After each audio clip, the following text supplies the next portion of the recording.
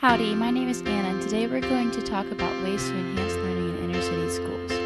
We will cover how education is the foundation of our society, maintaining a safe atmosphere, community-tailored curriculum, making education applicable to the student, and creating a sense of hope.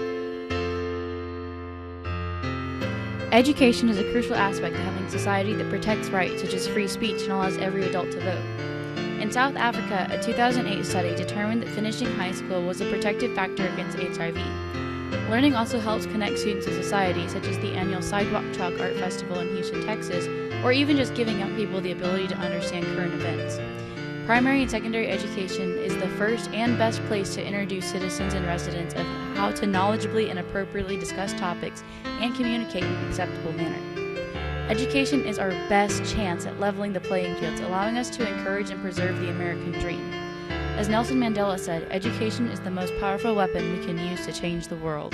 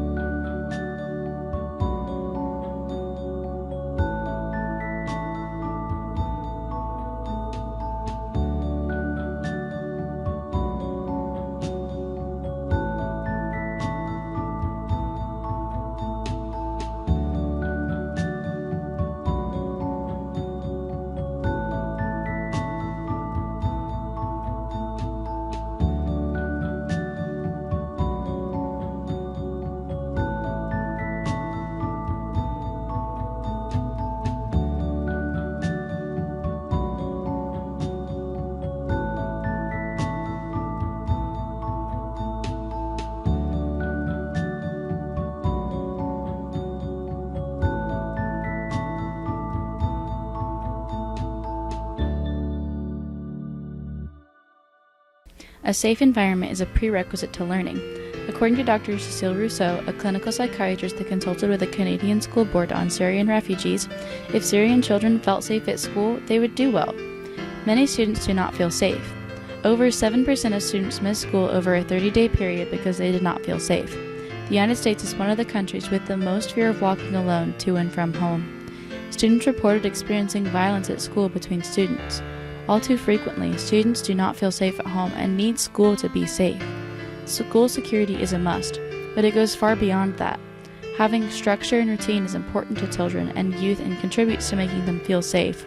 Students need to feel like the adults in their life care about them. Education must be specific to the community in order for it to be effective. The curriculum should be used to fill the needs of the surrounding community rather than standardized in all aspects across a large area. Additionally, teachers should receive training specific for the demographics they reach. Supplemental instruction in how to teach in regards to different languages, races, and subcultures of our diverse nation is crucial to preparing teachers. All too often, students do not feel like school is applicable to their lives. Students are relegated to take 13 years of school, but at the end of it aren't actually prepared to do anything. The solution isn't some simple change that can be made. A large part of it is a daily battle for educators to convince students that what they are learning will apply to their lives. However, this alone is not enough. Curriculum must be better designed to equip students for life after high school. For example, in both Japan and South Korea, two of the top education systems in the world, at about 15, students have the option to go to vocational school to fill crucial career fields that do not require a college degree. Additionally, Japan set up a program called Tech Schools to help remedy the need for more engineers in the post-war industrial boom. This is a 5-year program that starts 15 years old and results in an associate's degree in engineering or similar field. The key to inspiring motivation in urban youth is to create a hopeful attitude in students where hope is in short supply.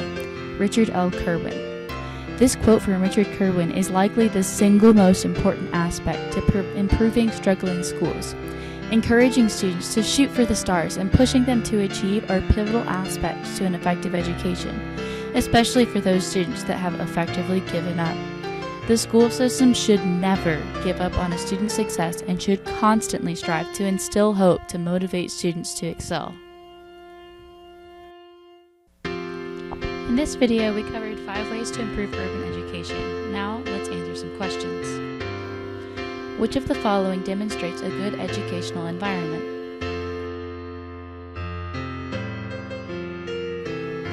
Which of the following contribute to community-specific curriculum?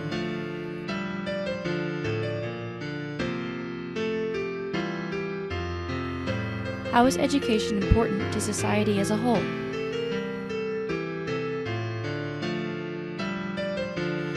How can one help to motivate a student that doesn't have their own motivation?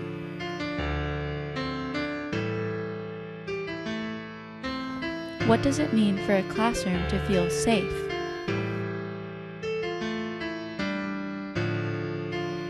Good job answering those questions. Now let's cover the answers. Our first question is about a quality educational environment. The messy classroom is not a good educational environment because it is difficult to move around freely without fear of knocking something over. The classroom on the right involves rowdy, disrespectful students to include bullying. Therefore, choice B is the correct answer. This question is about culturally relevant curriculum. It is important to know when to modify curriculum so that it is more applicable and digestible to your community. This makes both A and C correct. As mentioned at the beginning, education is crucial to a modern society, especially a democracy. It provides basic skills and introduction to discussion, as well as is a preventative factor for many health issues, such as lower unwanted pregnancies and HIV rates. Making curriculum applicable to students and helping them to find hope when hope is in short supply are important components to motivating students. Never, ever give up on a student. That's the exact opposite of what they need for success. Classroom safety is more than just feeling that you won't get kidnapped at school. Students should be kept safe from adults and children alike. Teachers and administration should take a stand against bullying while doing their best to ensure a safe environment.